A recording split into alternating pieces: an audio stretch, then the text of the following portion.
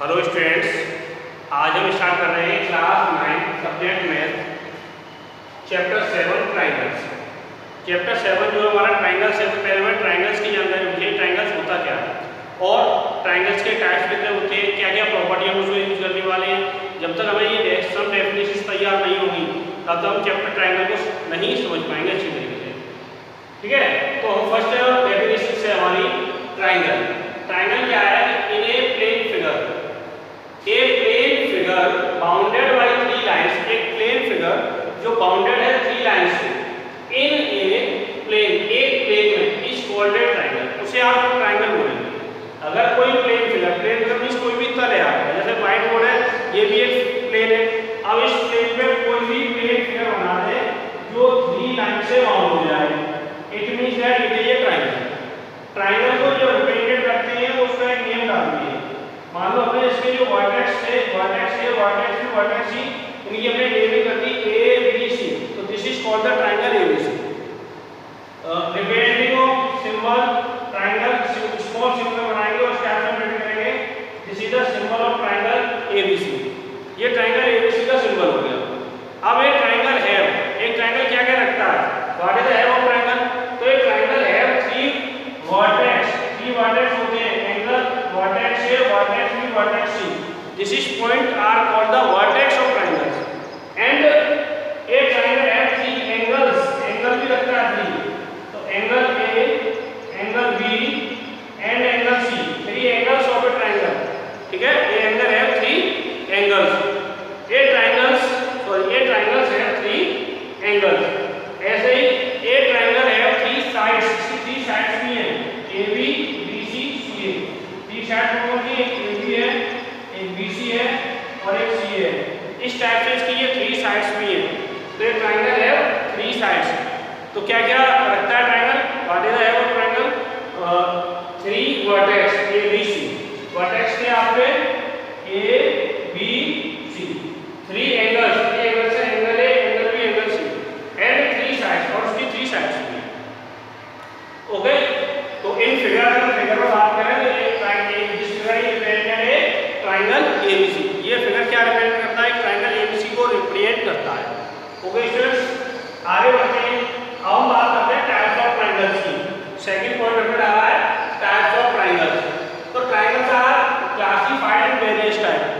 कई प्रकार के ट्राइंगल्स हमारे जो है वो वेरीफाई किए गए हैं। अब यहाँ पर हमने जो उसका वेरिएशन किया वो 2 बेस पे किया। फर्स्ट बेस लिया हमने on the basis of sides, एक तो हमने बेसिस ऑफ साइड्स पे लिया हमने ये। सेकंड पॉइंट लिया हमने on the basis of angles. तो हम जो ट्राइंगल्स को डिवाइड करेंगे वो 2 बेस पे डिवाइड करेंगे, एक तो साइड के बेस पे डिवाइड करेंगे और एक हम डिवाइड करेंगे उसे एंगल के बेस पर। अब फर्स्ट पॉइंट था हमारा on the basis of sides. On the basis of sides पे ट्राइंगल्स होते हैं वो 3 टाइप्स के होते हैं: scalene triangles, isosceles triangles, equilateral triangles. अब स्केलर ट्राइंगल्स क्या है? A triangle which have no sides are equal. ऐसा ट्राइंगल जिसकी एक भी साइड्स इक्वल नहीं है। जैसे मैं बात करूं इस ट्राइंगल में, मान लो एक ट्राइंगल में दिया पी क्यू आर और ये साइड है पी क्यू, मान लो 5 सेंटीमीटर, ये साइड है मेरी इसमें 6 सेंटीमीटर और ये मान लो मेरी साइड है 4.5 सेंटीमीटर। तो देखिए यहाँ पे हम तीनों साइड्स की जो मेजरमेंट देख रहे हैं वो डिफरेंट है। तो ऐसा ट्राइंगल जिसकी तीनों साइड्स की मेजरमेंट डिफरेंट होगी, this triangles are called, is called scalene triangle. ऐसा ट्राइंगल आपका क्या होगा? स्केलर ट्राइंगल्स होगा। ओके स्टूडेंट्स, तो फर्स्ट पॉइंट आपका हो गया scalene triangle. Second point isosceles triangle. Isosceles triangle क्या होता है? A triangle in which 2 sides are equal. एक ट्राइंगल जिसमें 2 साइड्स कैसी हैं? इक्वल है, इज कॉल्ड आइसोसेलेस ट्राइंगल। उसे आप आइसोसेलेस ट्राइंगल बोलेंगे। सपोज मान लो आपको एक ट्राइंगल दिया है यहाँ पे इस तरीके से x y z और x y इसमें मान लो 3 सेंटीमीटर है, y z भी आपका 3 सेंटीमीटर है और ये आपका 4 सेंटीमीटर है। तो यहाँ पे ये 2 साइड्स इक्वल है। यहाँ पर क्या आपका ये 2 साइड्स इक्वल है, ये 3 सेंटीमीटर है, ये 4 सेंटीमीटर, दोनों साइड्स आपकी कैसी हैं? यहाँ पे इक्वल है। तो this triangle is called isosceles triangle. इस ट्राइंगल्स को हम आइसोसेलेस ट्राइंगल्स बोलेंगे। Okay students? चलिए आगे बढ़ते हैं। आगे क्या दिया आपको? Equilateral triangle. इक्विलैटरल ट्रायंगल क्या होता है? एक triangle in which all sides are equal. एक ऐसा ट्रायंगल जिसमें सभी साइड्स हमारी इक्वल हो, is called an equilateral triangle. उससे आप एन इक्विलैटरल ट्रायंगल बोलते हैं। मान लो एक ट्रायंगल आपको दिया हुआ है, ठीक है, ट्रायंगल पी क्यू आर। इसमें मान लो ये साइड है आपकी 6 सेंटीमीटर, ये साइड है आपकी 6 सेंटीमीटर और ये भी साइड 6 सेंटीमीटर है। अगर तीनों साइडों का जो मेजरमेंट है वो इक्वल है, this is called an equilateral triangle. अब इक्विलैटरल ट्रायंगल की प्रॉपर्टी भी होती है क्या? इसके ऑल एंगल्स इक्वल होते हैं। ऑल एंगल्स आर इक्वल, यानी ईच एंगल इज 60 डिग्री, प्रत्येक एंगल का 60 डिग्री भी होता है। तो ये प्रॉपर्टी आपको साथ साथ तैयार रखनी, क्योंकि आगे जब क्वेश्चंस करेंगे तो इनमें हमें इनकी जरूरत पड़ने वाली है। ठीक है बेटा? तो ये आपका ऑन द बेसिस हो गया आपका साइड्स पे। साइड्स पे बेसिस में हमारे ट्रायंगल थे 3 टाइप्स के थे, isosceles triangle, equilateral triangle, scalar triangle. Scalar जिसमें पूरी साइड इक्वल नहीं, आइसोसेलेस जिसमें 2 साइड्स इक्वल हो गई और इक्विलैटरल तीनों साइड्स इक्वल। अच्छा, अब हम आते हैं अगले बेस पे। अगला बेस क्या लिया हमने? On the basis of angles. Basis of angles पे हम चलते हैं। On the basis of angles तो फर्स्ट आता है आपका एक्यूट ट्रायंगल्स, ठीक है, सेकंड आता है आपका राइट ट्रायंगल्स और थर्ड आता है आपका ऑब्ट्यूज ट्रायंगल्स। तो एक्यूट ट्रायंगल क्या है वो समझिए। A triangle in which all angles are less than 90 degree. A triangle एक ऐसा ट्रायंगल इन विच जिसमें all angles are less than 90 degree, जो सभी एंगल्स जो थे वो लेस देन 90 डिग्री थे, 90 सेंटीमीटर 90 डिग्री से कम थे, 90 डिग्री से कम थे। मान लो एक ट्रायंगल समझ लिया PQR, इसमें ये जो एंगल था आपका 60 डिग्री हो गया, ये एंगल आपका 70 डिग्री हो गया और ये एंगल मान लो आपका 50 डिग्री हो गया। तो पहली बात तो एंगल्स क्या होते हैं? सम ऑफ ऑल एंगल्स में ट्रायंगल 180 डिग्री, ये प्रॉपर्टी होती है। तो तीनों का एडिशन जो 180 होना चाहिए, ना मोर ना लेस। ऐसा नहीं है कि इनका एडिशन आप 180 या 181 दिखा दें या 179 दिखा दें, ऐसा नहीं लेना है। तीनों एंगल्स में पहली बात तो 180 डिग्री होनी चाहिए। अब देखिए इस ट्रायंगल में क्या है? 60 और 50 110 और 70 180, इस तीनों एंगल्स का सम 180 डिग्री।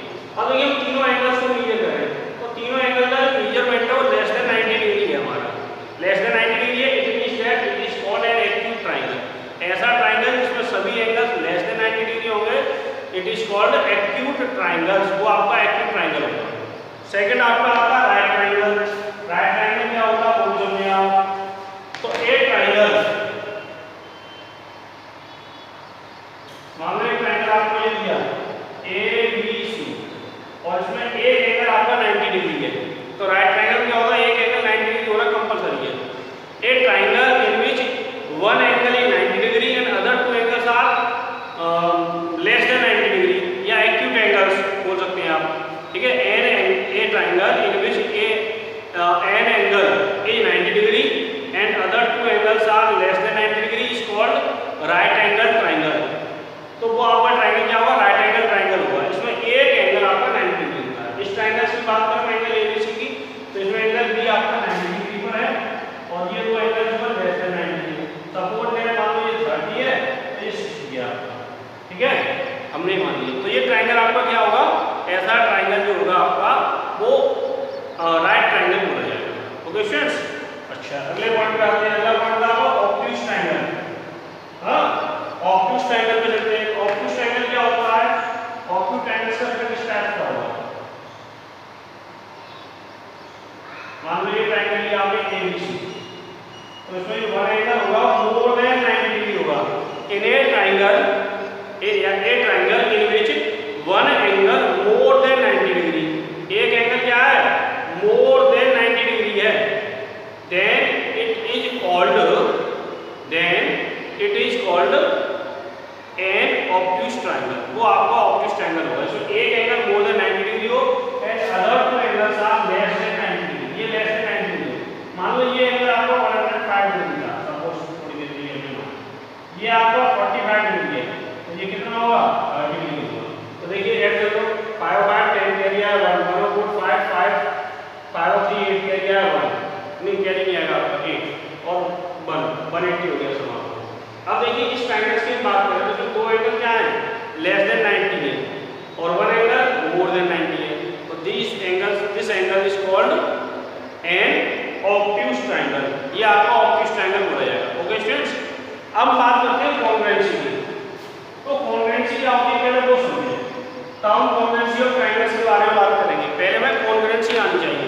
तो कॉन्ग्रुएंसी क्या कहती है, if two figures have same size same shape, अगर दो फिगर ऐसे हैं जिनका साइज भी सेम है और शेप भी सेम है, then it is called are congruents. जैसे मैं बात करूं एक दो लाइन से भी मैं स्टार्ट करूंगा, चलो लाइन से स्टार्ट करता हूं, ठीक है।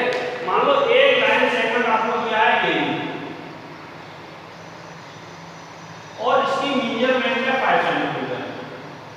एक लाइन सेगमेंट आपको दिया है बी और इसकी भी मेजरमेंट है 5 सेंटीमीटर। तो मैंने क्या कहा था, एक टू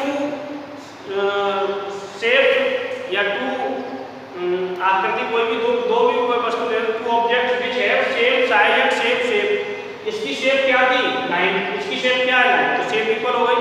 साइज में इसका मेजरमेंट चेक किया, ये मेजरमेंट कितना है 5 सेंटीमीटर, ये मेजरमेंट कितना 5 centimetre. Then it is called congruent lines, congruent line segment, ठीक है। अगर दो figure if two figures have same size and same shape, then it is called congruent। तो यहाँ पे फिगर थे वो क्या थे, लाइन सेगमेंट थे, दोनों की जो शेप थी वो लाइन सेगमेंट की थी, साइज जो था 5 सेंटीमीटर का था। इसलिए these are called congruent line segment। Okay, अब हम बात करें आगे सर्कल्स की। एक टू सर्कल्स हैं हमारे, एक सर्कल ये है और एक सर्कल ये, इसका जो रेडियस है वो 2 सेंटीमीटर है और इसका रेडियस भी अगर 2 सेंटीमीटर हो जाता है, ठीक है। अगर एक सर्कल ये एक सर्कल ये, तो दोनों की पहले तो शेप सेम हुई थी, दोनों सर्कल थे। ऐसा नहीं आप एक सर्कल ले लो एक रेक्टेंगल ले लें, अब कहेंगे ये कॉन्ग्रुएंट है, कभी नहीं होंगे। कॉन्ग्रुएंट जब ही होंगे जब उनकी शेप और साइज दोनों इक्वल होंगे। तो शेप क्या थी, सर्कल थी, तो इसकी शेप भी सर्कल होनी चाहिए, ठीक। अब इसके साइज की बात करें तो सर्कल का मेजरमेंट किससे करते हैं, उसकी रेडियस से। तो इसकी रेडियस अगर 2 सेंटीमीटर और इसकी रेडियस 2 सेंटीमीटर है, then both circles are called congruents. तो सीधी सी कंडीशन निकल के आई है, two circles are congruent if and only both have equal radius. अगर दो सर्कल्स कॉन्ग्रुएंट हैं तो सिर्फ एक ही कंडीशन है, केवल तभी और केवल तभी, कब, जब उनकी रेडियस इक्वल होगी। ओके स्टूडेंट्स, ऐसे ही बात करें फिगर में स्क्वायर की, तो स्क्वायर एक जो दूसरे स्क्वायर के करस्पॉन्डिंग में कॉन्ग्रुएंट हो सकता है, ठीक है। अब आप कहेंगे स्क्वायर एक रेक्टेंगल के करस्पॉन्डिंग में कॉन्ग्रुएंट हो जाए, पॉसिबल ही नहीं है। क्यों, क्योंकि उनका शेप ही इक्वल नहीं होगा। यहाँ पर शेप इक्वल होना चाहिए। मान लो अगर मैं ये साइड में 3 सेंटीमीटर, ये भी आपकी 3 सेंटीमीटर होगी, स्क्वायर और साइड से कम होती है, और ये वाला मैंने ली 4 सेंटीमीटर, ये लिया मैंने 4 सेंटीमीटर। तो देखिए दोनों की शेप तो इक्वल है, दोनों स्क्वायर है। अब बात आती है साइज की, तो लेकिन इनके साइज क्या है, इक्वल नहीं है। जब इनके साइज इक्वल नहीं है, then both squares are not called congruent. ये आपके कॉन्ग्रुएंट नहीं होंगे। ये कॉन्ग्रुएंट कब होंगे, जब इनकी शेप के साथ साथ साइज भी इक्वल हो जाए। मान लो इसका भी साइज वही 3 सेंटीमीटर में हो जाता, तो ये भी आपका क्या होगा, एक स्क्वायर होने के साथ साथ कॉन्ग्रुएंट भी होते हैं, अगर ये भी 3 सेंटीमीटर में ही होता।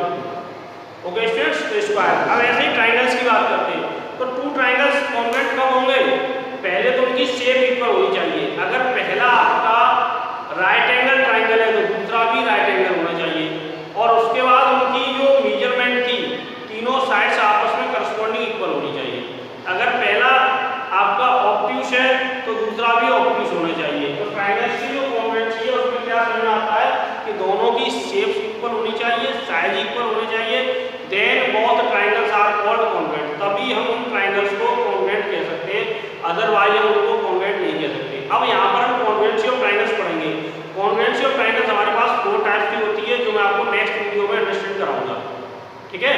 अभी आप कॉन्वेक्स और ट्राइंगल में क्या समझेंगे, उनका शेप और साइज दोनों इक्वल होंगे तभी वो ट्राइंगल्स आपके कॉन्वेक्स बोले जाएंगे, अदरवाइज वो नहीं बोले जाएंगे।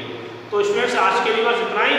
नेक्स्ट वीडियो में कल मिलते हैं आपसे, उसमें आपको आगे का पहले कॉन्वेक्स समझाते हैं, फिर थ्योरम्स और उसके बाद एक्सरसाइज। थैंक्स।